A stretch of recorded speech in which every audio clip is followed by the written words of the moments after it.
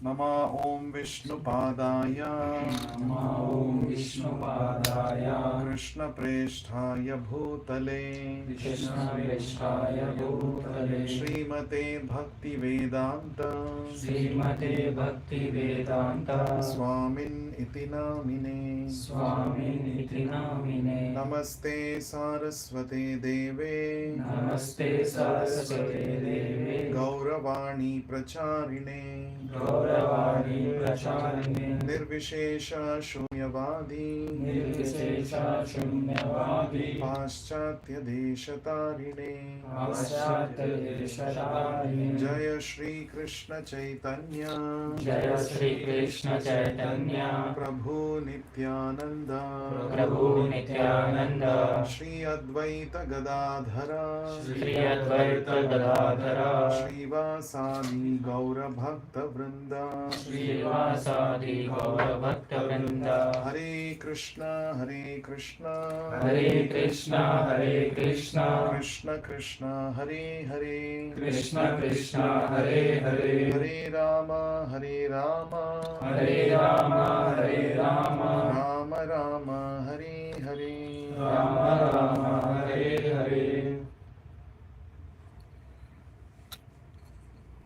So we were discussing about the 12th chapter of Bhagavad Gita last week, and we had discussed about 10 verses last week. So we will begin with the 11th verse today. So 12th chapter of the Bhagavad Gita is called Bhakti Yoga, devotional service. Bhakti Yoga. You can keep the mic a little bit closer. Yes, thank you. So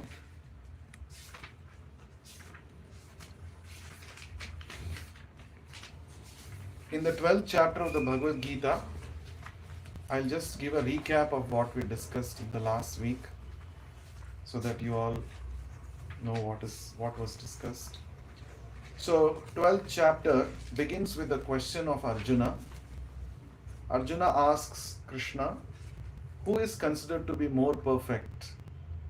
Those who meditate on your personal form or those who meditate on your impersonal form? Sakara or Nirakara? Which worship is better? That was Arjuna's question. And Krishna replied that those who worship my personal form are considered to be more perfect. That is my opinion. So it's a direct question, direct answer Krishna gives. First question, first shloka, Arjuna is asking the question. Second shloka of this chapter, Krishna is giving the reply. But then after that he says, those who meditate on my impersonal form also attain me only. But it is a very lengthy process. It's very difficult to focus one's mind on the impersonal form, Nirakara. So that means what we understand, to focus on the form of Krishna is very easy and it is recommended process. Even according to the Patanjali yoga system, one should not meditate on something void. One should actually meditate on the personal form of Lord Vishnu. That is very clearly mentioned in the Patanjali Yoga Sutras. So, the purpose, the goal of meditation is to fix our mind on the spiritual form of Krishna. That is the purpose of meditation. Nowadays there are many so-called yoga centers, yoga gurus who claim to be practicing genuine yoga, but they do not refer to this process of meditating on the form of Lord Vishnu or Krishna at all. Vasudevam Param Yogam. Yoga means to meditate on Vasudeva, on Krishna. So that is, when that is ignored, then one cannot actually attain success in yoga. Yoga actually means to connect with God. So without meditating on God, how can you actually connect with Him? Now a question may be raised, Oh, when we say God has a form, aren't we limiting him? But actually, even according to the Bhagavad Gita and all the Vedic scriptures, God's form is unlimited. Our form, our present particular body that we have got, it has got limitations. Time and space uh, limit our body. That means if I am present in this room at this point of time, I cannot be present elsewhere at the same time. That is the limitation imposed by space upon my body. Because I have a material body, and material body has got limitations. We should not think that Krishna's body is also like our body. No. Krishna's body is Satchidananda Vigraha. Sat means eternal, Chit means full of knowledge, and Ananda means blissful. So Krishna's Vigraha or form is not material like our form. It is completely spiritual, Satchidananda. Therefore, by meditating on the spiritual form of Krishna, we can make spiritual advancement. So we should never mistake God's form to be material. God's form is never material. Even when God comes to this material world, He does not accept a material body like how we accept. We have accepted a material body currently. The soul is also Satchidananda. We are soul. We are Satchidananda because we are Amsha of God. We are part and parcel of God. But right now, we have accepted a material body because we have material desires. So to fulfill the material desires, Krishna has given us an opportunity in this material world by giving us a material body. But we are not this material body. We are soul. That is the first lesson in the Bhagavad Gita, in the second chapter. We are not the body, we are soul. Correct? So for us, there is a difference between body and soul. But for Krishna, there is no difference between body and soul. That means his body itself is the soul. His body itself is spiritual. This we have to very nicely understand. Otherwise, we will think, why should we meditate on some material form? Oh, if Krishna's form is also material, then what is the use of meditating on that material form? No. Krishna's form is spiritual. Right? This we have to understand. So, Krishna is saying, if you meditate on my personal form,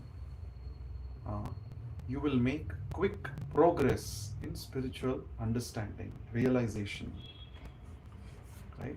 So that is what Krishna had talked about in the first part we had discussed in the last week.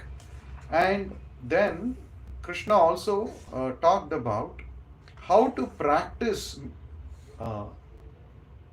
Bhakti Yoga. Meditating on the personal form of God is called Bhakti Yoga. Right? The word Bhakti comes from the Sanskrit root word called Bhaja. Bhaja means to serve. Service. We are part and parcel of Krishna. Part is meant to serve the whole. Just like this hand is part and parcel of the body. The hand is meant to serve the body. Like if there is food, the hand is supposed to take the food and put it in the mouth, and the food goes to the stomach, gets digested, and the energy is distributed throughout the body, and the hand also gets its quota of energy which is required for it to function. That means if the hand cooperates with the rest of the body, hand will also get its energy and nourishment. That is the meaning of part and parcel. So we are part and parcel of Krishna. It means that if we understand what is the purpose of Krishna, what is the instruction of Krishna, what is his desire, and according to that if we serve him, then we will also get happiness. We are all seeking happiness. But right now, we are seeking happiness independent of Krishna. We want to independently satisfy our senses. And that is the cause of all our problems. Because we are thinking that we are separate or independent of God. And we are trying to enjoy independently of Krishna. And that is actually causing miseries. So Bhakti Yoga means to realize that no, I am not separated from Krishna. I am not independent from Krishna. I have no existence separate from Krishna. All that I have to do is I have to understand what Krishna wants. And I should simply act to please him according to his desire. If I please Krishna, and if Krishna is pleased, and because I am his part and parcel, automatically I will also get pleasure. That is enjoyment. So enjoyment is not denied in spiritual life. Independent enjoyment is it is said independent enjoyment is not correct. Independent enjoyment causes problems. So Bhakti Yoga means to understand what Krishna wants and to act for his seva, for his pleasure. For example, in Bhakti Yoga, we don't say that you cannot eat varieties of dishes. You can eat. You can eat varieties of tasty, different kinds of food items. But you prepare for Krishna. You prepare with love and devotion for Krishna and offer it to the deity of Krishna. The deity of Krishna, Vigraha of Krishna, is not different from Krishna. So you offer the food to deity, then Krishna accepts it. Just by glancing on it, he accepts. And then that food becomes spiritualized. It's called prasadam. And then you can enjoy that. So primary enjoyer is Krishna and I am secondary enjoyer. This is called Bhakti Yoga. So you can enjoy, but the goal is to please Krishna. Krishna should enjoy first. Then after he enjoys, I will enjoy the remnants that is left behind. This is Bhakti Yoga. So in all aspects of our life, if we can think like this and act in this way, I am secondary, subordinate enjoyer. The primary enjoyer is Krishna. So let me work for Krishna's enjoyment. If this is the consciousness, this consciousness is called Krishna consciousness. And this process is called Bhakti Yoga. So we have to practice this Bhakti Yoga. Right?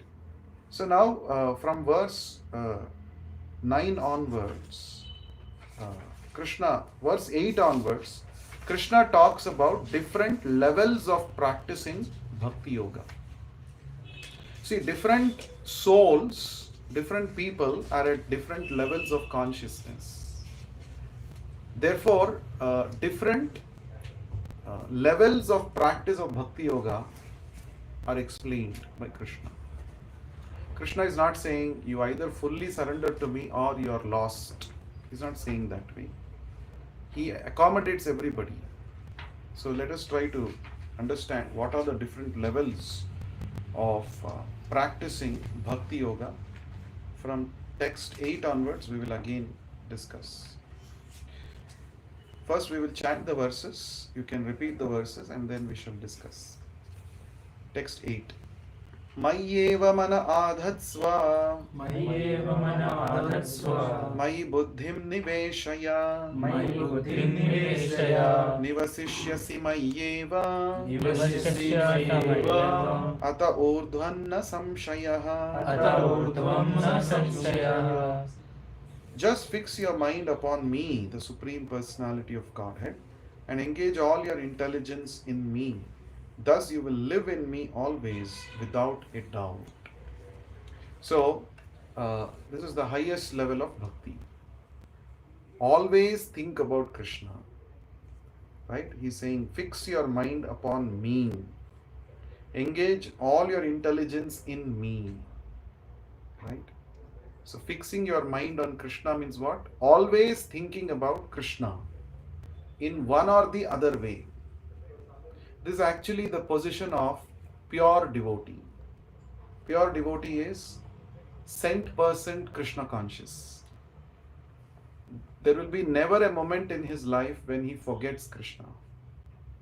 He always thinks about Krishna. There are different ways of thinking about Krishna. Like chanting Hare Krishna Mahamantra is one way of thinking about Krishna. Right? Hearing about the instructions of Krishna in the Bhagavad Gita, just like all of us are doing now, this is another way of thinking about Krishna, another way of fixing our mind on Krishna. Worshipping the deity form of Krishna is another way of fixing our mind on Krishna. Hearing about the different leelas of Krishna, that is another way of fixing our mind on Krishna. Taking prasadam of Krishna, that is another way of thinking about Krishna. So in Krishna consciousness, whatever we are doing, it is one or the other way we are trying to fix our mind on Krishna, thinking about Krishna. But right now what we are doing is called sadhana bhakti. Sadhana means practicing. We are trying to practice. But here in this verse, Krishna is saying, he's talking about pure devotees who have always fixed their mind on Krishna. They are not practicing. They've already attained that spontaneous attachment for Krishna. That is called raganuga bhakti. So there are two stages in bhakti: sadhana bhakti, raganuga bhakti. Sadhana bhakti means it's a stage of practice. Why we have to practice? Because we don't have spontaneous attraction right now for Krishna. So we have to cultivate, we have to train our mind to think about Krishna. Therefore, the spiritual master tells us, why don't you chant this many rounds of Hare Krishna mantra every day? Like Prabhupada, who is a spiritual master, he is telling, chant 16 rounds of Hare Krishna mantra every day. That is a sadhana, it's a practice. By practicing this sadhana bhakti over a period of time, we will develop spontaneous attraction for Krishna. And that is the stage of raganuga bhakti. So when we come to that spontaneous stage, we will think, why only 16 rounds? Why not 16,000 rounds? That is the stage of spontaneous love for Krishna. Right? The gopis of Vrindavan had this spontaneous love for Krishna. Constantly they were thinking about Krishna. While churning butter, they were thinking about Krishna. While milking the cows, they were thinking about Krishna. While doing their household work, they were thinking about Krishna. Never for a moment they were forgetting Krishna. That is the highest stage. Right? So they are called the topmost devotees. So we can also reach that stage. Actually, the perfection of life is to come to that stage where we develop spontaneous attraction for Krishna. Right? So in the Vishnu Purana, there is an analogy given. A young man gets spontaneously attracted towards a young girl and vice versa. When a young boy sees a young girl, there's a spontaneous attraction. No one has to tell. He does not have to practice. Spontaneously, right? There is some kind of an attraction. So the Vishnu Purana says there is a prayer offered by one devotee to the Lord. He says, my dear Lord, just like a young boy takes pleasure in spontaneously getting attracted to a young girl and vice versa, let me take pleasure in getting spontaneously attracted towards you. Right? That's an analogy used because analogies are given so that things become relatable to us. Right? To make us understand a difficult concept, example is given from our daily life so that we can easily relate to it. We have experienced this, we have seen others doing, perhaps sometimes we ourselves have experienced a young man getting attracted to the beauty of a young girl, or opposite also is true. Right? There is no coaching given for that. It's not that you get trained. It is spontaneous. On its own it is coming. Right? That is because of bodily conception of life. Because we think I am this body, and since I have a male body, to enjoy I need a company of a female body. This kind of a conception is there within us, and we have practiced contemplating on this for millions of lifetimes. Therefore it has become very natural for us to think like that. Oh, I am a young man, so I need the company of a young girl. Correct? It has become natural. So we can similarly reach a stage where we can think of Krishna like that.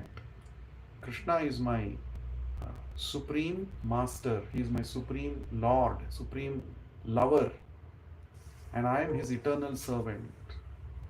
And I have to naturally feel love for him.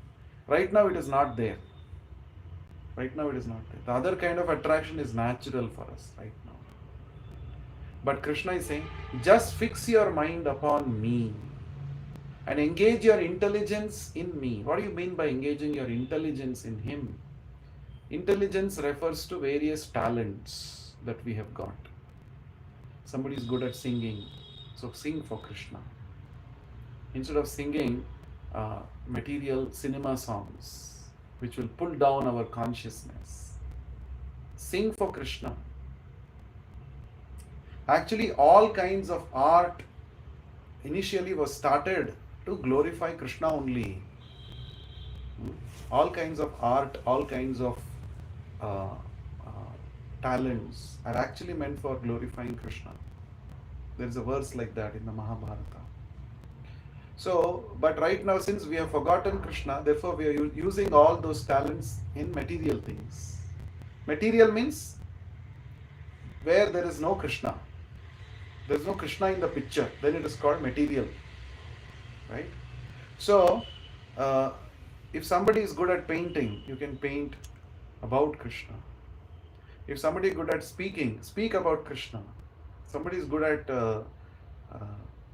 he's a good interior designer, architect, build temple for Krishna. Use your talents. Like this, use all your abilities in Krishna's service. That is called engaging intelligence in Krishna.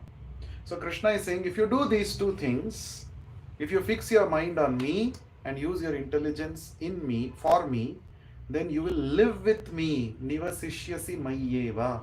That means 24/7 you will be with Krishna. Ata urdhvam na samshayaha. There is no doubt about it. That means a pure devotee, he uses his mind and intelligence always in Krishna. For him, Krishna is never lost.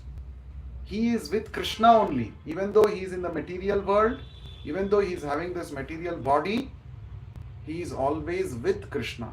He is seeing Krishna 24/7. That is the highest stage of bhakti. But that is not possible for us right now, to 24/7 think about Krishna. Therefore, Krishna is saying, alternate for us in the next shloka. Let us see that. Text 9. अथ चित्तं समाधातुं न शक्नोषि मयि स्थिरम् अभ्यासयोगेन ततो मामिच्छाप्तुं Dhananjay. My dear Arjuna, O winner of wealth, Dhananjaya, if you cannot fix your mind upon me without deviation, then follow the regulated principles of Bhakti Yoga. In this way, you will develop a desire to attain to me. So, if you are not able to become spontaneously attracted to me, no problem. Come to the next level of Bhakti is Sadhana Bhakti. That is called regulated principles of Bhakti Yoga. Sadhana Bhakti means what? Rules and regulations.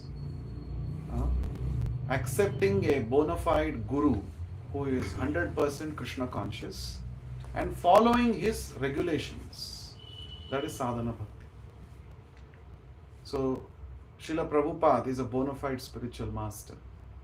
So he says, you chant every day Hare Krishna Mahamantra.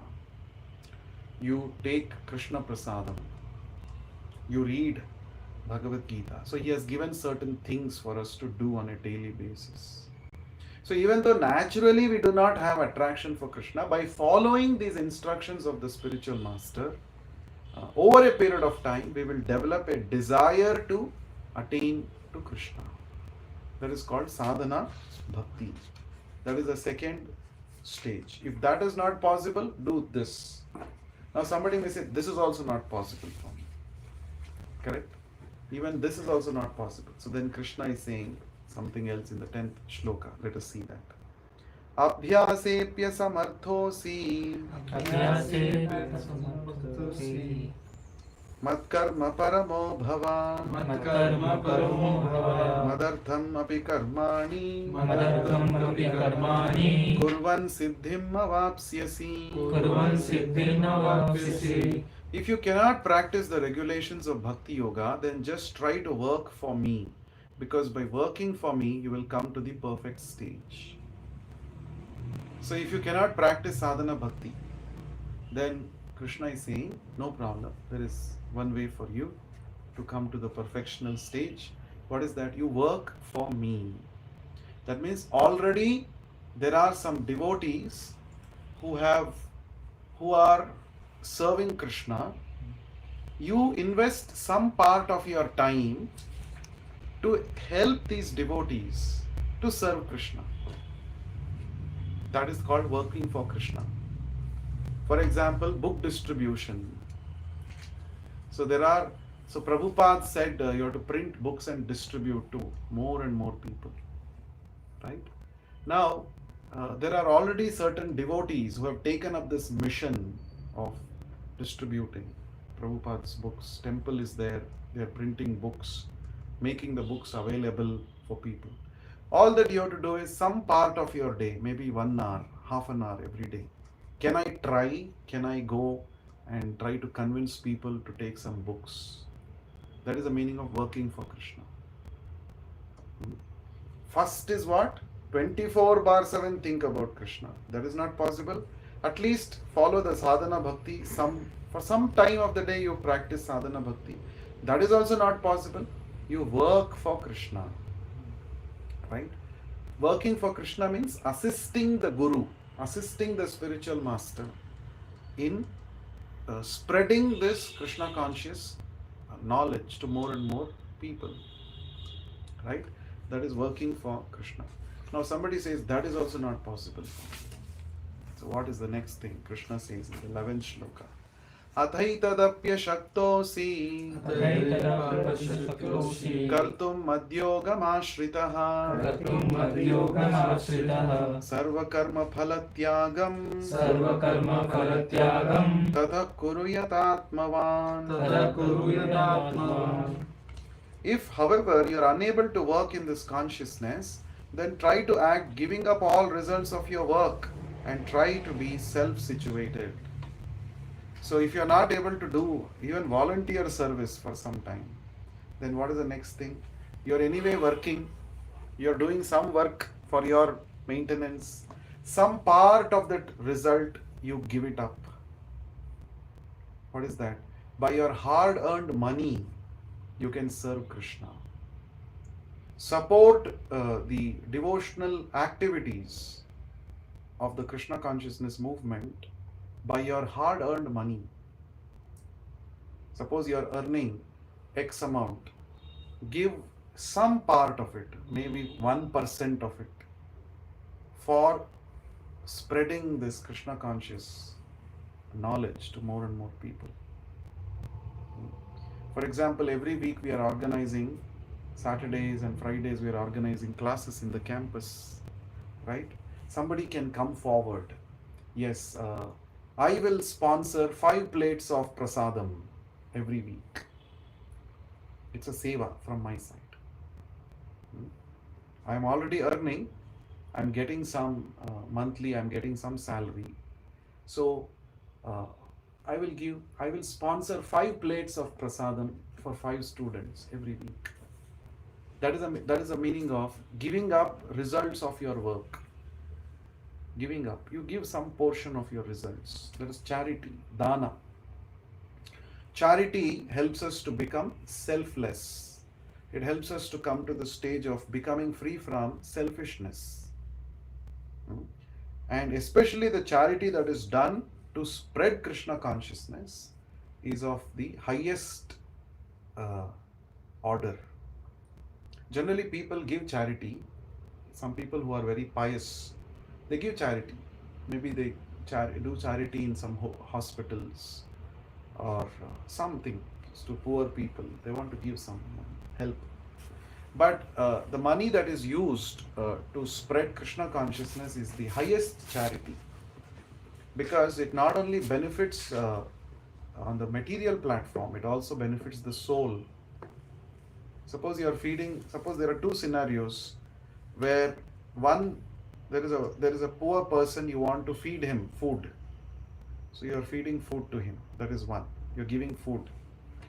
Let's say another situation. You're not just feeding food, but you're giving prasadam. Now both apparently look the same. But in the first case, it will only satisfy the stomach of that person. But in the second case, not only is his hunger satisfied, he is also getting connected with Krishna by taking prasadam. You have become an instrument in helping that person connect with Krishna by taking Krishna prasadam. So therefore, this is considered to be higher than simply doing annadana, right? Feeding prasadam. So one should use his hard-earned money in serving Krishna. That is what Krishna is saying here. By doing this, we can become self-situated. We can become free from selfishness and come to the spiritual platform gradually. Text 12. Shreyo hi jnanam abhyasat Shreyo hi jnanam abhyasya jnanad dhyanam vishishyate dhyanam vishishyate ध्यानात् कर्म फल त्यागः ध्यानात् कर्म फल त्यागः त्यागच्चान्तिरनन्तरम्. If you cannot take to this practice, suppose somebody says, I'm not earning only, I don't have any other thing, I can't give charity. So what happens to them? If you cannot take to this practice, then engage yourself in cultivation of knowledge. Right? So, cultivation of knowledge. At least study the Bhagavad Gita. Develop spiritual knowledge. Right? Better than knowledge, however, is meditation. And better than meditation is renunciation of the fruits of action. For by such renunciation, one can attain peace of mind. So already Krishna has talked about meditation in the first verse, fixing mind on Krishna. So cultivating spiritual knowledge. Better than that is meditation. So there is one incident described in the 10th canto of Bhagavatam. Krishna was in Vrindavan from his childhood, and he performed so many leelas there. And at some point of time, Krishna moves to Mathura. Correct? And he settles down there. And from Mathura he goes to Dwaraka. But all the residents of Vrindavan, especially the gopis of Vrindavan, who had actually given their life and soul for serving Krishna, they had become fully absorbed in Krishna. They were feeling intense separation from Krishna. Oh, Krishna has not come back. He said he'll come back, but he's not come back. So they are 24/7, they were thinking about Krishna. Fully absorbed in Krishna. That is meditation. That is samadhi. So they were thinking, oh, here Krishna used to come on the banks of Yamuna and he used to play his flute. Oh, here Krishna used to graze the cows. Oh, here Krishna did that. Oh, Krishna did this. Krishna. So 24/7, always they were fixed. They were Krishna conscious. Okay. So Krishna, who was in Mathura at that time, he was also feeling separation from the residents of Vrindavan. So he called his cousin brother, who was also a great devotee. His name was Uddhava. He said, Uddhava, you please carry my message to the residents of Vrindavan. They must all be feeling very anxious in my absence. This message will console them. You please go and deliver my message to them. So Uddhava goes on behalf of Krishna from Mathura to Vrindavan to meet all the residents of Vrindavan. So he meets Nanda Maharaj and Yashoda Mai, and then he also meets the Gopas, the cowherd boys who are all friends of Krishna. He also meets the Gopis headed by Srimati Radharani, who are all very dear to Krishna. So he delivers message of Krishna to all of them. And what is that message? Especially when he speaks to the Gopis. So Krishna, the Uddhava says, Uddhava was a very learned person, very knowledgeable person. He was the direct disciple of Brihaspati. Brihaspati, very knowledgeable. He is the spiritual master of the Devatas. So he had learnt everything from Vedas, everything from Brihaspati. So very learned. Actually, why did Krishna send Uddhava to Vrindavan? Actually, it was a reason. Uddhava was very learned person. Krishna wanted Uddhava to know that knowledge is not the highest. If one can learn to love Krishna like the gopis of Vrindavan, that is highest. So even though Uddhava was very learned, advanced in knowledge, Krishna wanted him to learn something more than what he had learned from Brihaspati. What is that? To love Krishna unconditionally. Unconditionally. Even though Krishna had left them and gone away, the gopis did not stop loving Krishna. That is called unconditional love. When somebody is always with you, it is easy to love that person. But when that person is not with you, if you are still thinking about that person 24/7, that is real love. That is real love. So the gopis, they are demonstrating the real love, pure love. Krishna is not physically there with them, but they are always taking pleasure thinking about Krishna, his qualities and his activities. That is the highest love. So, sending Uddhava to deliver his message was only a external reason, but actual reason why Krishna sent Uddhava was so that Uddhava can study what is pure love that was practiced by the residents of Vrindavan. That is the idea. That's why here it is said, better than knowledge is meditation. Simply gaining knowledge is not sufficient. All your knowledge has to culminate in developing in meditating on Krishna, in fixing our mind on Krishna. In the 15th chapter, Krishna himself says, Vedaischa sarvaihi ahameva vedyam. The purpose of studying all the Vedas is to know Krishna, to love Krishna, to be able to fix our mind on Krishna always. So otherwise, all knowledge is of no use. Vasudevam param jnanam. The purpose of all the knowledge is to love Vasudeva, to love Krishna. That is the idea. So, one has to be able to love Krishna, fix his mind on Krishna. So, these are the different levels of practicing Bhakti Yoga. Now, the last set of shlokas, Krishna talks about the different qualities which a devotee has, which attracts Krishna. See, what is the meaning of the word Krishna? Sarvam karshati iti Krishna. Karshana means to attract. One who attracts everybody and everything towards himself. He is called Krishna. Krishna means the all attractive.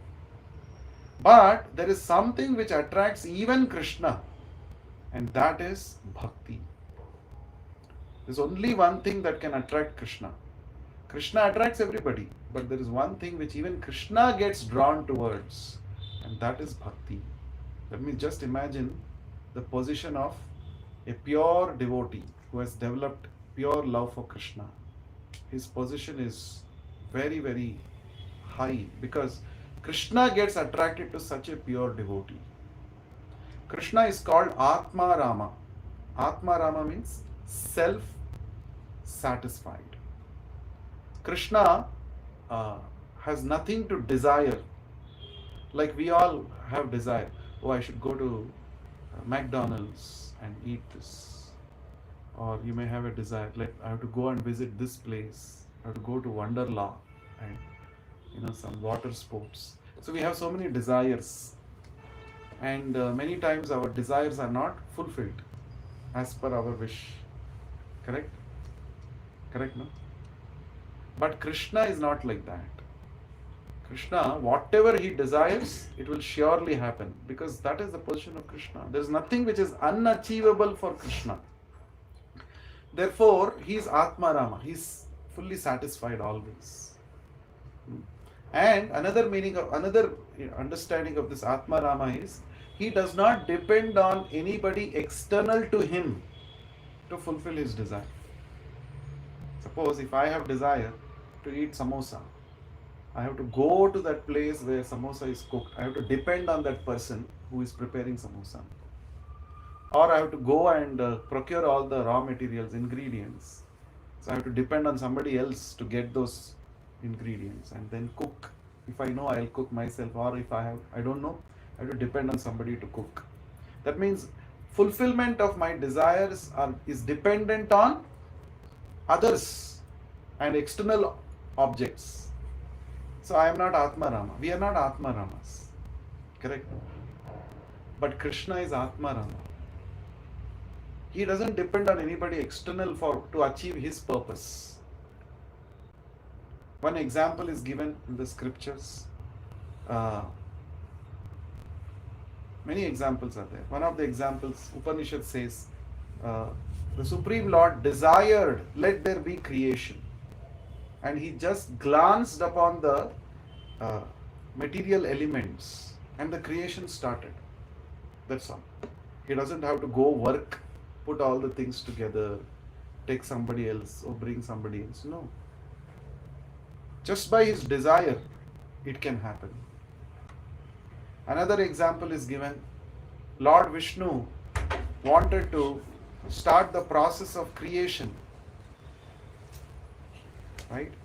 So, he just desired that let there be Brahma born. And from his navel, a lotus came up and Brahma was created. Right? So, Srila Prabhupada explains that this Lord Brahma was created by Lord Vishnu without taking the help of Mother Lakshmi. Lakshmi Devi was just there near his feet, massaging his feet. But he didn't depend on Lakshmi. He said, let there be Brahma, and from him Brahma came. This is Atma Rama. He is self-satisfied. Correct? In the material world, if somebody wants a child, the man and the woman have to depend on each other and they have to beget a child. But that's not the case with Krishna. You see, that itself shows that how Krishna does not have any of those limitations that we have currently in the material world. So, Krishna is Atma Rama, but he also gets attracted towards his pure devotees' wonderful qualities. Now, Krishna towards the end of this chapter is giving a big list of qualities which are present in his devotees, which Krishna gets drawn towards, which Krishna gets attracted towards. In other words, Krishna is saying two things here. If you become my devotee, you will develop all these wonderful qualities. Right? Number two, he is saying that if you want to please me, then you should develop these good qualities. If you want to become attracted, if you want me to get attracted to you, then you develop these qualities. One of the acharyas, Srila Bhakti Siddhanta Saraswati Thakur, the guru of Srila Prabhupada, he would always say, don't be thinking how to see Krishna. You do something which will make Krishna come and see you. That is perfection. We are always thinking, show me Krishna, show me God, where is God? No. Instead of that, you do that which makes Krishna attracted to you, and he will come and see you. And what is that Krishna is attracted towards? Pure bhakti. Right? Already in the 11th chapter, Krishna has told that. Only by pure bhakti you can understand me. Right? So, let us see what are the good. So, that means when we do pure bhakti, these good qualities will be manifest in our personality. Let us read this. Adveshta sarva bhutanam maitra karuna evacha nirmamo nirahankaraha samadukha sukha kshami santushta satatam yogi yadatma dhrudha nishchayaha mayyarpita mano buddhihi yo mad bhakta same priyaha. So in the series, in these series of verses, towards the end, this keeps repeating. Mad bhakta same priyaha. Right? Me priyaha, very dear to me, Krishna is saying. What are the qualities? First one is adveshta sarva bhutanam. Right? Dvesha means envy. Being envious of others. Adveshta means not being envious of anybody. Adveshta sarva bhutanam. To be not envious but a kind friend to all living entities. So the first quality that Krishna likes in his devotees is when you are not envious of anybody. When you treat everybody as your friend. Whether that person has done good to you or whether he has done bad to you. If you are seeing him as a friend, that quality Krishna likes very much. Right? Now, see, all these qualities you can develop only when you awaken bhakti. On the material platform, it is not possible for you to love your enemy. Is it possible? Right? You consider somebody as your friend if he has done something good according to your estimation. If someone has foiled your plans or somebody has done something wrong to you in your understanding, then you start hating that person, right? You start considering him to be your enemy. But actually, this is a material platform. We think this is good, that is bad. If somebody is doing like this to me, then it is good. He is a friend. If somebody is going against my plans, then he is bad. He is my enemy. We think like that. But on what basis you are thinking what is good and what is bad? That basis itself is wrong. The basis is what? I am this body. I am this body, and all the plans that I have made to enjoy my bodily senses. If somebody is cooperating with those plans, then he is my friend. Okay. Now, if I made my plans to enjoy my senses and somebody is disrupting those plans, then he is my enemy. That means it's material, no? It's material. Correct? But a pure devotee will not think like this. For example, Prahlad Maharaj. In fact, Hiranyakashipu, his father, had appointed some soldiers to kill Prahlad. Even when the soldiers were trying to harm him, Prahlad did not curse them. Prahlad did not consider them to be his enemies. No, he was not. Right? Because he was always thinking, Krishna will protect me. These people are only executing the orders of my father. They are not at fault. This very important understanding. If you have this one understanding, it can create a big impact in our lives. Generally, when somebody brings miseries to our life, we start hating that person. but there is an alternate spiritual perspective. This person is only a delivery man. Whatever I am supposed to suffer, he is just delivering it. Why should I make him my enemy? He is not my enemy. Whatever karma I have done in my past, I have to enjoy or suffer the results of my karma. This person is only an instrument in the hands of laws of karma to deliver what I deserve. If we have this mature understanding, you will never consider anybody to be your enemy. Right? So when you consider somebody to be your enemy, you know what you're doing? You are actually harboring negative thoughts about him in your heart. That means you have reserved some space in your heart to cultivate some negative thoughts about him, to plot against him, to feel envious, jealous about him, isn't it? To think how to foil his plans. So that means you have rented out some space in your heart for that person, you have reserved that person. Like this, we have rented out many spaces for so many people whom we have considered as our friends or our enemies especially. That means so much our heart is filled with envy, jealousy, all these things. If this is the case, how can we fix our mind on Krishna in this situation? Just like in Bangalore city, it is very hard to find a space. All the spaces, they have made sites and they have sold it off, BDA sites. So our heart also is like that. We have sold out, rented out. We have made sites, divided so many sites in our heart space, rented to so many people. This enemy is living in this first site, another site.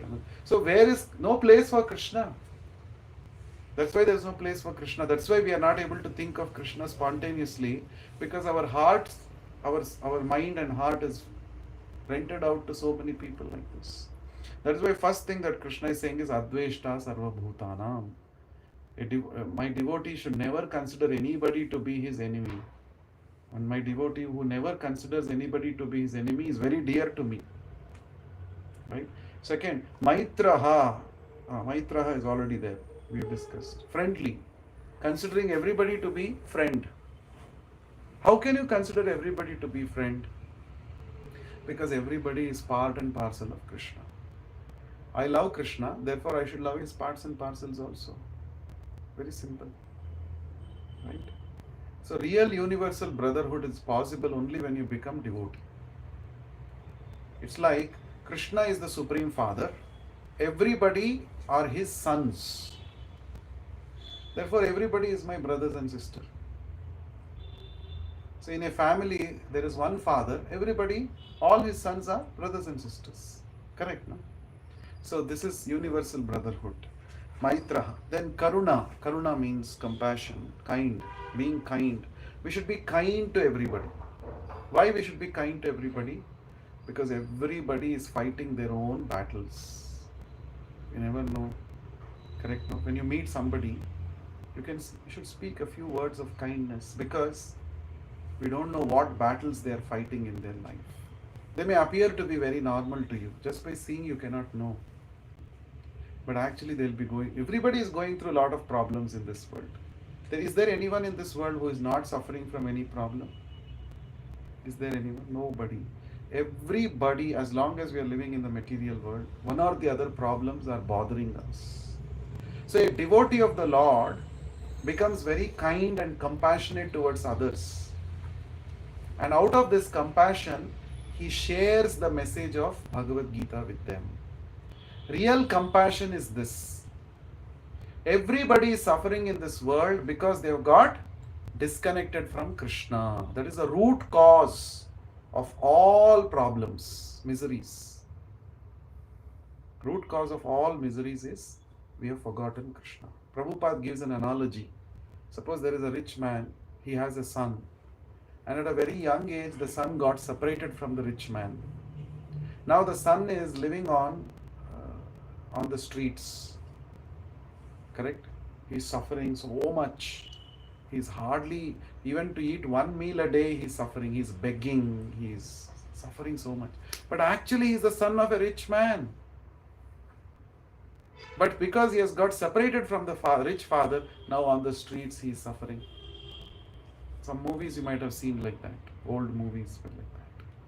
Now, if somebody goes and tells that boy, hey boy, what are you doing? You know, you are the son of such and such a rich man, crorepati. Immediately you connect that person to the rich man. In a few moments, all his problems are solved. Correct, no? He was on the roads.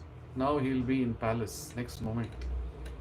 The situation of everybody in this material world is like that boy who got separated from his rich father at a very young age and therefore suffering on the streets. That is our position. Everybody's position is like that. Now, a devotee sees this. A devotee is paradukha dukhi. Others are in dukkha, miseries. He is suffering so much because he has got disconnected from the Supreme Father Krishna. Now, let me do something to connect him back to Krishna. The next moment, you are very happy. You can be happy only when you become Krishna's devotee. Otherwise, everybody is anatha. Anatha means what? No father, No father, no mother, nobody is there. So in that way, this material world is anathashram, right? But devotees who are sanatha, devotee is not anatha, devotee is sanatha. Sanatha means he has master, he has a father, Krishna. So he tries to make everybody as sanatha. Why we should go out and distribute books, Bhagavad Gita and other? Because everybody is suffering. They are thinking I am anatha. No, you are sanatha. You are actually son of such a great Lord. Why you have to worry? So we have to share this message with them. Out of karuna, out of mercy. So that is karuna. And then nirmamaha. Mama means mine. Proprietorship. This belongs to me, this is mine, that is mine. But actually nothing belongs to you. Nirmamaha. One who is free from false proprietorship. We should become free from false proprietorship. A devotee understands that nothing belongs to me. Everything belongs to Krishna. Correct? So there is one nice story. Once, King Akbar was sitting in his court, darbar. All his ministers, everybody was there, and he was talking something. Very serious matter he was discussing. And all of a sudden, one person came. He was a traveler, or he was like just moving, wandering. So he entered into the king's palace, and right in front of the king's palace, he slept He slept in front of him. So all the ministers, soldiers, and they were all surprised, taken aback. What is this? Even if a fly has to come inside this Jahanpana Akbar's court, they have to take his permission. It's not easy. Why is this fellow have? He's coming, and not only he has come, he is very casually lying down in the palace in front of the king. So they all went to ask him they went to attack him and all. So Akbar stopped and said, "What are you? Don't. Let us ask him. Who is this person? Who are you?" So Akbar said, "Who are you? Why have you come here? Why are you lying down here?" So he said, "I am a musafir. Musafir means traveler. I am a traveler. And I have come to this Musafir Khana. Musafir Khana means a hotel. When you're traveling, for resting that night, you go to one hotel and stay, right? And then continue your journey in the next day." So he said, "I have come to this Musafir Khana." So then Akbar said, "No, this is not a hotel. This is my palace." He said, "No, this is actually a hotel. In the hotel, what happens? Travelers stop by for some time, take some rest, you have some food, and then continue their journey. See, Akbar, before you, your father was sitting on this throne. He was ruling. He was thinking, this is my house, my palace. Now, where is he? He's not there. Before that, his father was sitting. He was also thinking that I am emperor, Jahanpana, and he is also no more there now. And after some years, you will also not be there. Therefore, I am saying this is a Musafir Khana. This is just a hotel. People come and go. Everybody, as long as they're living in this world, they're thinking it is mine, my property. But it is gone. They have to leave everything and go. So therefore, I have come to this Musafir Khana and I'm just taking rest, like you all people. I will also go after some time. So there was a big realization that Akbar got from the story. So we should also get this understanding. Nothing belongs to me. Before I came, this world was existing. Somebody was the owner of all my possessions. Now I am the owner, so-called possessor. After some time, when I die, somebody else will take possession of it. So I am not the owner of anything. It is all temporary. So this understanding is called nirmamaha. Mama means mine. Nirmama means nothing is mine. So we see, these are all, each word we can talk about it at length. So much knowledge is, so much understanding is there. So we have to develop these qualities. And we can become nirmama only when we realize that Krishna is the real master. Krishna is the owner. Krishna already tells that in the 10th chapter, 8th shloka. Aham sarvasya prabhavaha mattaha sarvam pravartate. Krishna says, everything has come from me only. This we have to always be conscious. A person who is always conscious that nothing belongs to me, everything belongs to Krishna, he is called devotee. The moment we think it is mine, I will plan according to my own plan, I will enjoy it, then that is called Maya, illusion. But every moment a devotee sees, anything he sees, he wants to use it in Krishna's service. That is called nirmama. Nirmama doesn't mean simply rejecting. Oh, this is not mine, that is not mine, that is not. No. It is only partial renunciation. Real renunciation, real vairagya means not only to realize nothing belongs to me, not only to realize that this object doesn't belong to me, it also means, second part of it is more important. Oh, it belongs to Krishna, therefore it should be used in Krishna's service. That is complete renunciation. Okay, so nirmama. Nirahankaraha, becoming free from aham. I am great, I am powerful, I am a scholar, I am rich. So becoming free from that I, right? I am actually part and parcel of Krishna. This is the real. So aham means I. Mama means mine.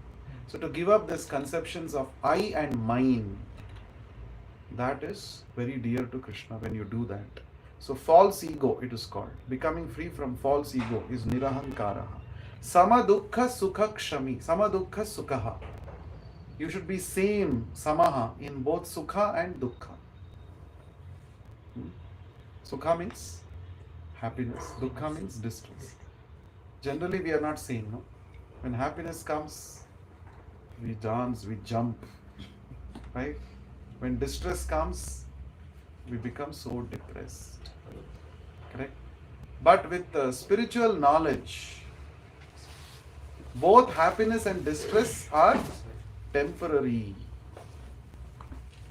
Whatever happiness and distress I am experiencing, it is only at the bodily level and mind level. But I am neither the body nor the mind. I am soul. When we realize this, then we can become samadukha sukhaha. Body and mind are getting affected by sukha and dukkha. But I am even above the body and mind. I am soul. And I have got direct relationship with Krishna. I have to take pleasure in developing that relationship. Then this sukha and dukkha of the body and mind will not affect us.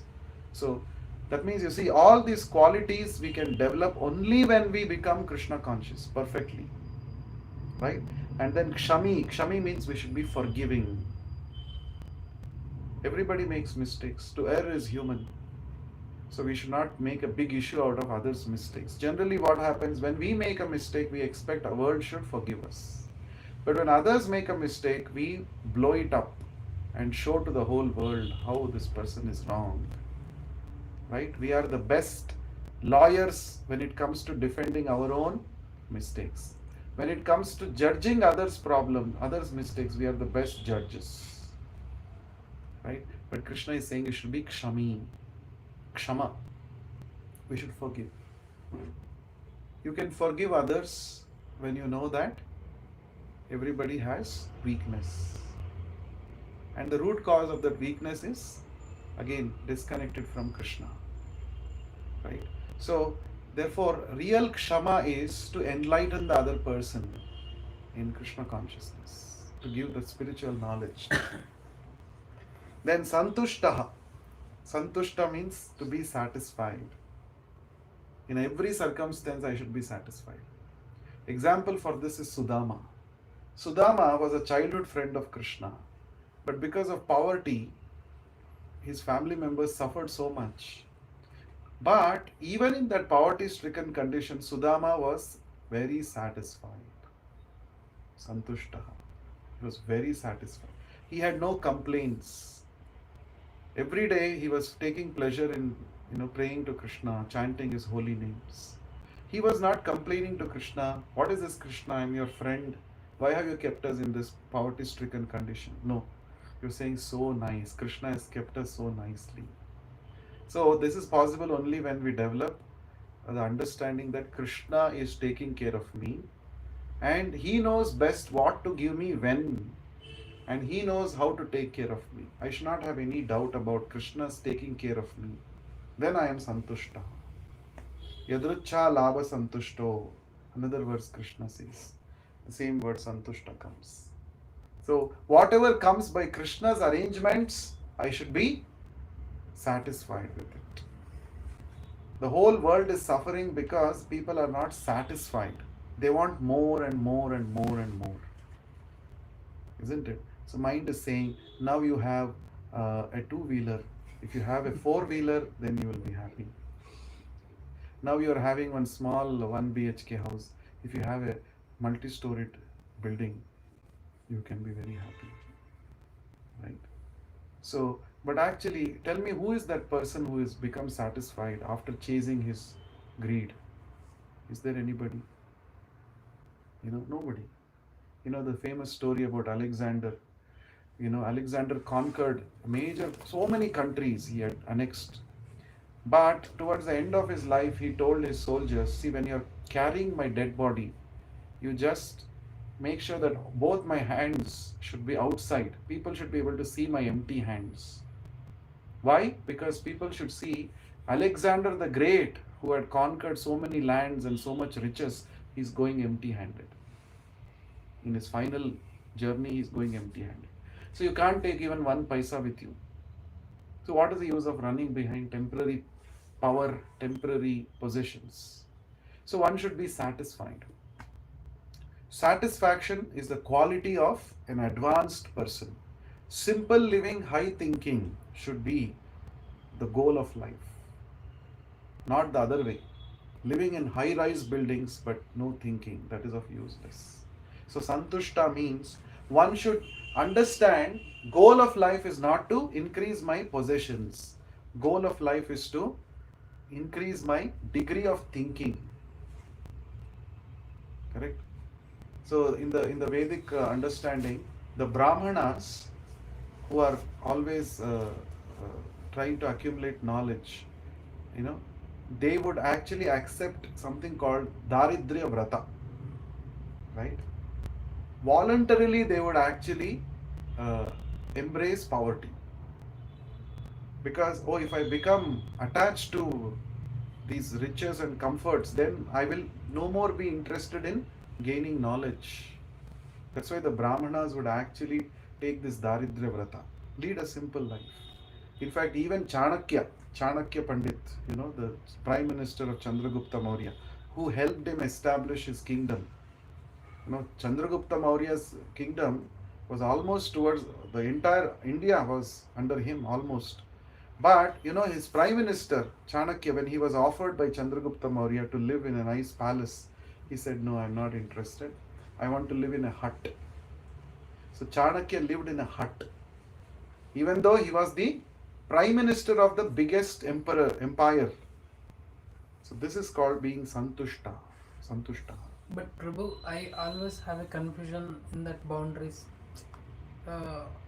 for example, you told he's a he's a prime minister of that empire, but he need that level security also for the nation, right? That is like living a normal person living normally, and that level person living normal can have a. I mean, he has an influence of. Yeah, I understand. So that time during Chanakya Pandit's time, situations were not worse like today. Today's politicians need a security because they have done such works. They're always they feel threatened. Correct. Actually, a real leader should not feel threatened. A real leader is one who is accepted by the people, not simply because he's sitting in a position. Right? He has won people's hearts. That is a real leader. Then he doesn't need any security. Right? Yes. Come. So anyway, in today's situation, if you ask, is security required? I may say, yeah, maybe required for certain reasons. But actually, real security is Krishna's protection. Real security is Krishna's protection. A devotee who has attained that stage where Krishna is always protecting me, he will not bank on security. Satatam yogi, he is always engaged in devotional service. Mayarpita manobuddhihi, who has always engaged his mind and intelligence in Krishna's service. Yomat bhakta same priya. These are the good qualities of a devotee which Krishna likes. Right? Next sloka, Krishna says, he for whom no one is put into difficulty and who is not disturbed by anxiety, who is steady in happiness and distress, is very dear to me. So one who doesn't put anybody else into difficulty, right? And who is not disturbed by anxiety. Generally, why do we become anxious? Because we want to control results in our life. We want to control. The more we want to control things, we become anxious. Because controlling is not our original position. You are trying to imitate God by being controller. Of course, you can control small things. I can control maybe some I can operate this phone. I can say I am controller of this phone. Right? I can control small things in life, certain things in my life. But the problem is we don't understand what is our boundary. We want to control everything. The more you want to control others in your life, the more you want to control things which are actually not within your purview, the result is anxiety. So therefore, a devotee is not disturbed by anxiety because he has no false understanding that I can control everything. So such a person is very dear to Krishna. And then a devotee who is not dependent on the ordinary course of activities, who is pure, expert, without cares, free from all pains, and who does not strive for some result, is very dear to me. Generally, everybody in this world strive for result. If I achieve this, I'll be happy. If I achieve that, I'll be happy. But a devotee is not striving for external results. A devotee wants to work hard to achieve inner purification, to achieve attraction for Krishna. That is real goal. So devotee is also very busy, but his being busy is not for external results. Correct? And then one who neither grasps pleasure nor grief, who neither laments nor desires, and who renounces both auspicious and inauspicious things, is very dear to me. Right? So lamentation and desiring, everybody goes through this in the material world. We desire something, when we don't get it, or after getting, when we lose it, we lament. Right? Everybody goes through the cycle of desiring and lamenting, desiring and lamenting. Say for example, I wanted the latest iPhone, let's say. So I work very hard to accumulate money. So I have a desire to fulfill. Oh, I want iPhone. So I work very hard to get that iPhone. And let's say I got the iPhone, and let's say I lost it. Then I'm fully depressed. Correct, no? In fact, the amount of depression that a person goes through upon losing his phone is directly proportional to the cost of that phone. The greater the material value of that phone you lose, the greater will be your depression. Correct? So therefore, we should not place undue attachment towards external things, because external things anyway will be lost. Correct? So that is the meaning of not lamenting and not desiring.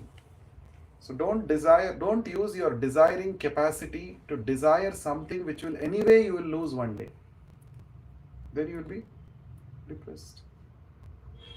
If all my life I only desire sense enjoyment and I work very hard for it, when I become old, I become very depressed. You meet any old people, ask them, are you happy in life? They'll say no. They say, I have so many plans, I could not do this. They'll have so many complaints against people around them. Why? Because they have not actually discovered spiritual fulfillment in life. All through their life, they're only thinking that body pleasure is the real pleasure. Now when they became old, body is also not supporting. But still they have desires to enjoy bodily pleasures, but body is not supporting. So they become very depressed. But a person who has cultivated spiritual understanding, old age is not an obstacle for his spiritual pleasure. In fact, with old age, he becomes more mature and he enjoys more. You know, if you draw a graph of material pleasure and spiritual pleasure with time, with age, so material pleasure decreases with age. Correct? Because your body becomes weak, senses become weak, you're not able to enjoy. But spiritual happiness increases with old age, with age. Because spiritual happiness is not dependent on body's age. Correct? So therefore, use your desiring ability not to desire temporary material pleasure of the body. Real pleasure of the soul. Real pleasure of the soul means you can achieve that by connecting with Krishna more and more. As age increases, your connection with Krishna becomes more and more intense, with more and more sadhana, with more and more practice, especially of chanting Hare Krishna, Krishna Krishna, Hare Hare, Hare Rama, Rama Rama, Hare Hare. The more you chant, the more your connection with Krishna intensifies. So you will not lament when you achieve old age. You will not feel sorry. You will feel very nice. Oh, now, when I was young, I was so much under the influence of kama, lust. Now old age has come as a benediction. Those desires also have subsided. Now I can focus more on Krishna. So a devotee, for him doesn't matter whether he's old or young. Prabhupada was 70 years old when he traveled to the West to preach Krishna consciousness. But he was so energetic. The youngsters could not match his energy. That is. So, when you actually become spiritually advanced, you can transcend the bodily limitations. Right? Then, 18th and 19th shloka. One who is equal to friends and enemies, who is equipoised in honor and dishonor, heat and cold, happiness and distress, fame and infamy, who is always free from contamination, always silent and satisfied with anything, who doesn't care for any residence, who is fixed in knowledge and engaged in devotional service is very dear to me. So being equal in dualities, heat, cold, honor, dishonor. Somebody will respect you, somebody will not respect you. So what will happen? Our behavior, we get mentally so much affected. When somebody respects, we feel so happy. Somebody is not respecting, then you become unhappy. That means you are on the mental platform. When we have come to the spiritual platform, it doesn't matter whether somebody is respecting or somebody doesn't respect. You don't expect. If respect is coming, you offer it to Krishna. If respect is not coming, you think this is how Krishna wanted me. This is Krishna's arrangement. So the devotee is not at all affected whether he gets respect or not respect. Right? And then he's silent, here it is said. Mauni. So what do you mean by silence? Does it mean we should not talk? No. Silence means not to talk nonsense. So devotee doesn't talk nonsense. Devotee can talk for hours together, but whatever he talks, repeats Krishna's words. Right? So the example is given about in the rainy season, frogs start croaking. What does it do by croaking? It thinks, oh, it is nice, rain is coming, we will enjoy. But in the process, it is only attracting death. Snake just comes and captures, finish. So unnecessary talks is compared to croaking of the frogs and attracting death. We have to use our speaking ability to talk about Krishna, to chant Krishna's holy names. Otherwise, death is just waiting for us in the next door. Anytime it can knock. Therefore, we should not misuse our power of speech. So, to be mauni means not to speak nonsense. Right? And so fixed in knowledge and engaged in devotional service. And lastly, he says, he who follows this imperishable path of devotional service and who completely engages himself with faith, making me the supreme goal, is very, very dear to me.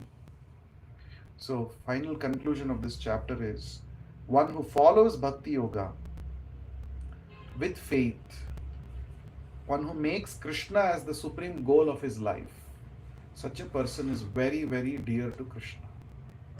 So that is the conclusion. So bhakti, becoming a devotee, means to make Krishna as our goal of life. Sense enjoyment is not the goal of life. Getting name and fame, getting respect is not the goal of life. Making our life so-called materially comfortable is not the goal of life. Achieving big name, fame is not the goal of life. Goal of life is to make Krishna as the goal of our life. Right? If you make Krishna as the goal of our life, then we become dear to Krishna. So that is the message of this chapter. Any questions? Please distribute beads. Yeah, any questions? I have few questions. Yeah, please. Maybe my questions would sound very naive because I have missed the classes and not knowing the basic things. But still I want to ask. So, first question is, you said we should not seek for saying Krishna. We should try to do something so that Krishna see this. So how we say it is said that Krishna is in every form, in everywhere, in everything. Anything is not hidden from. So obviously everything is seen by Krishna. Then why this sentence? We should try to do something so that Krishna sees this. Krishna is definitely witnessing all our activities. There is no doubt about it. But what is that he gets attracted to? He gets attracted to your bhakti. All activities he is seeing. But is he attracted to all your activities? The answer is no. He is attracted only to your bhakti. That bhakti, if we develop, then Krishna will come and see you with eagerness, and that is a perfection of your life. Does it answer your question? Yes, sir. What is the next question? So you said we should try to do bhakti yoga. If that not possible, do meditation or otherwise. No. This entire thing is bhakti yoga only. In bhakti yoga, different levels. Okay, sir. If not doing meditation, try to do charity for Krishna consciousness, like distributing food to a hunger people, and it's better to distribute prasad instead of food, just food. So suppose that hunger people is he is not a Hindu and does not believe in Krishna, and still I want to convince him as this as prasad, but he does not believe. So what should I do? You don't have to convince him. You give like food only. But you give prasadam, you don't have to tell it is prasadam. Yes. Correct? Yes, sir. You give food only. For him it is food only. Yes, sir. But you cook that food with love and devotion, offer it to Krishna, and then give it as prasadam to him. He will be benefited. It is like medicine. The patient does not have to know what exactly is there in the pill, in the tablet. If he takes the tablet will act. So prasadam is like that. Prasadam is very powerful. So he may think it as an ordinary food and eat. It doesn't matter. But I should try to serve it as prasad. You give prasad. Yes. Okay, sir. So next question is sometimes as you mentioned, when like people from Vrindavan, gopis were like every time thinking about Krishna, and that's why Krishna sent Uddhava. Uddhava to with a message to them. One of the reason behind this was Krishna thought gopis will be in Uddhava should study. conscious. Yeah, that was also the reason. And what was the reason you said that they may be anxious because they are always Thinking about Krishna, and about Krishna is away. and sir, this is true. When someone I am loving, my parents, when they are very thinking about me, about me, then I get disturbed. Why they worry so much about me, and so does Krishna uh, uh, will not disturb if I am continuously thinking about the Lord only. No. If you are always thinking about Krishna, Krishna will also think about you. It is a reciprocation.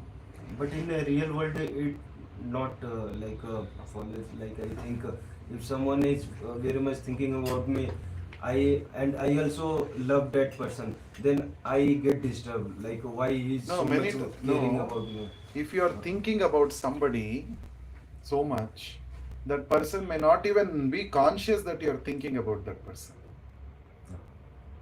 Because he is a limited person. How can he know? But Krishna is not like that. Krishna is present in your heart. If you think about him with love and devotion, he immediately gets to know. And he takes note of you. He makes note of you. And he blesses you. Therefore, we should think about Krishna. Right?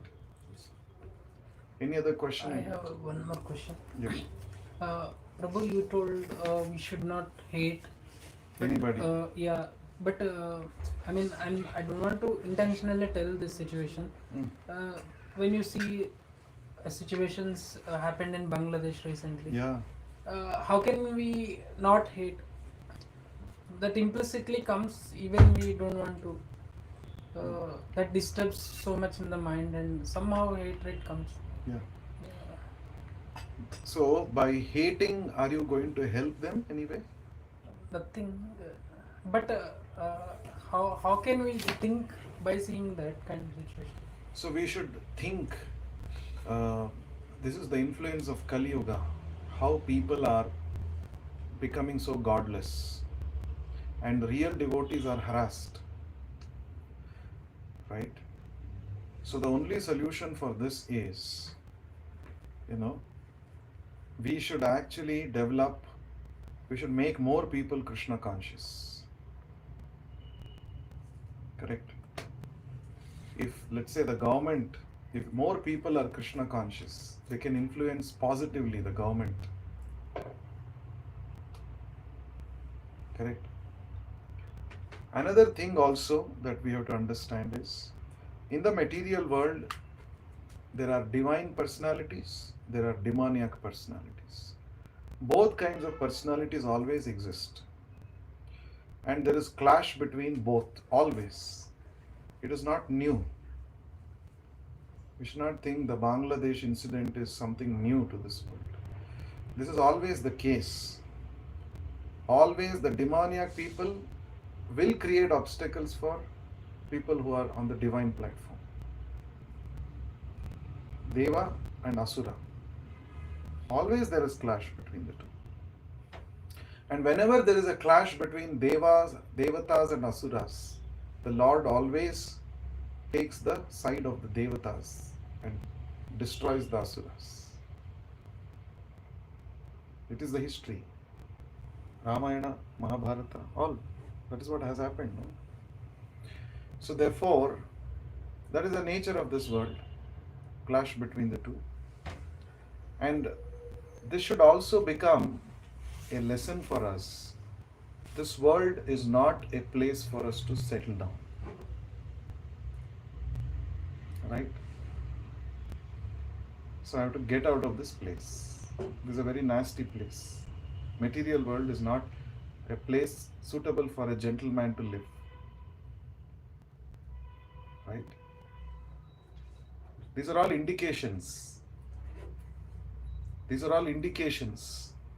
This material world is Dukkhalayam. Krishna has already mentioned that. Dukkhalayam ashashvatam. Correct? It's a temporary place full of miseries. So I should not make plans and schemes on how to settle down in this material world. Miseries in the material world are constant reminders for us that don't settle in this material world. It's not a place for you to stay. So the devotees who are being harassed, so they are protected by the Lord. You may say, how they are protected? They are harassed, they are killed. Our definition of protection is what? Oh, no, nothing, no harm should happen. No bodily harm should happen. But Krishna always has his own ways of protecting. Correct? That we can never understand. One who is a true devotee, he will always feel Krishna is protecting me. Right? But of course, from a material point of view, we should definitely condemn this act. Right? We should not always say only philosophical aspect, oh, they are protected by Krishna. That is the truth. They are protected by Krishna.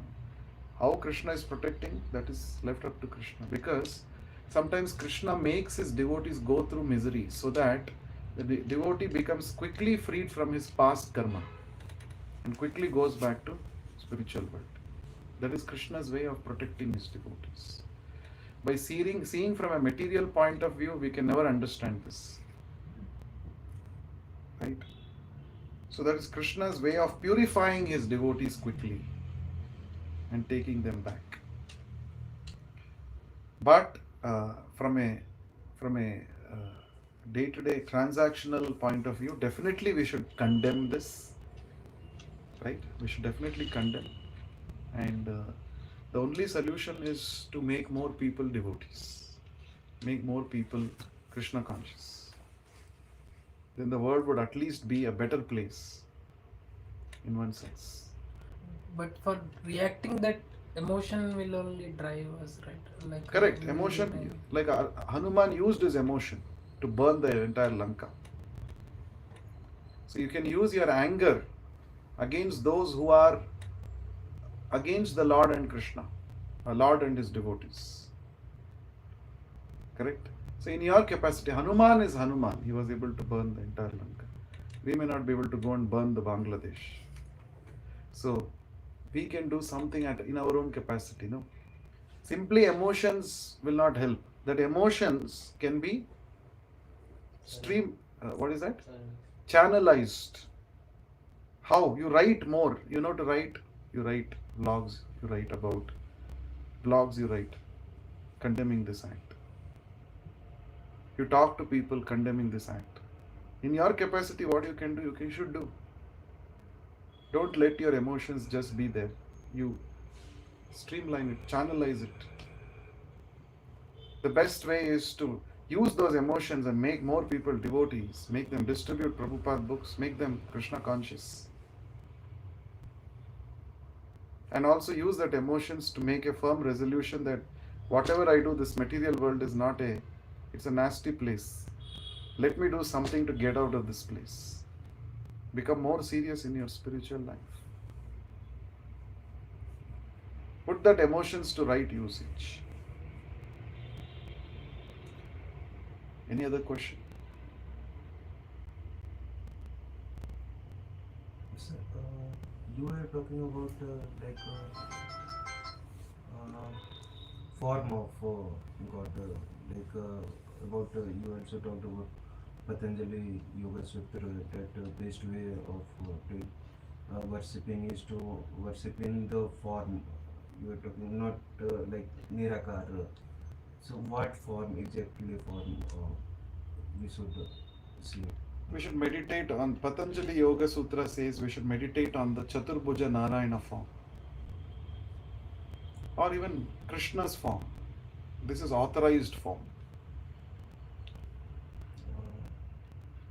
Not your own, you cannot imagine your own form of God. The form of God is in the form of like this picture or yeah. If that picture is made according to the descriptions given in the scripture, then it is authorized form. We should not imagine our own form. like some many time in I have heard Nirakar God is have no form. Yeah, God, when the Vedas say God is Nirakara, it means God has no material form. God has no material form. Nirakara means no material form. But that does not mean he does not have spiritual form. God has got spiritual form. He has no material form like yours and mine currently. So wherever the Upanishads, Nirakara is told about God in so many places. He says, it is said, Achakshuhu, he has no eyes. So what does it mean? He has no material eyes. Eyes which have material limitations. God does not have. But he has spiritual eyes. Akarnaha, he has no ears, it is said. That means he has no ears which have material limitations. But he has got spiritual ears which have no limitations. That is understanding. You have some question? Okay. So now let us chant. All of you will be thinking when this class will end. Already you would have thought so many times. I know it is not easy to sit like this for a long time, no? Initially I thought just going in the mid. Then I thought, okay, why I should take anyway? I'm listening the good thing, Krishna's Bhagavad Gita. So we'll strain our body. Nothing will lose, right? Then it became normalized. Okay. Actually, everything is dependent on your mind's determination. If you make up your mind, nothing is impossible. We are anyway doing so much tapasya. Tapasya means what? We are undergoing so many difficulties, no? Like, for example, you are staying in Whitefield. Coming from Whitefield till here or traveling, it's not easy. So you are anyway traveling. So much difficulties we are anyway taking. So why not take it for Krishna, for spiritual advancement? That is the principle. As long as I have this material body, as long as I am in this material world, I have to go through one or the other problems and miseries. Now let me intelligently choose which challenge I want to take, which difficulty I want to take. Yeah, sitting like this for a long time, even my knee is paining. For a long time sitting like this is difficult, right? But can I little bit stretch for spiritual advancement? Otherwise, anyway, you have to go through that problem. In some other way, it will come. Now, can I use it in this way? That is intelligence. Okay, that doesn't mean that you have to sit. If you're feeling difficult, you can stand and chant also, no problem. Or you can walk and chant. So let us chant now. Shri Krishna Chaitanya Prabhu Nityananda Shri Advaita Gadadhara Srivasadi Gaura Bhakta Vrinda. So we can chant at our own pace. Just make sure that when you're chanting, you hear each word of the mantra attentively. And when your mind goes there and here, bring the mind back on the sound. Okay? Hare Krishna, Hare Krishna, Krishna Krishna, Hare Hare, Ram Ram, Ram Ram, Hare Hare, Krishna, Hare Krishna, Krishna Krishna, Hare Hare, Hare Ram, Hare Ram, Hare Krishna, Krishna Krishna, Hare Ram, Hare Ram, Hare Krishna, Krishna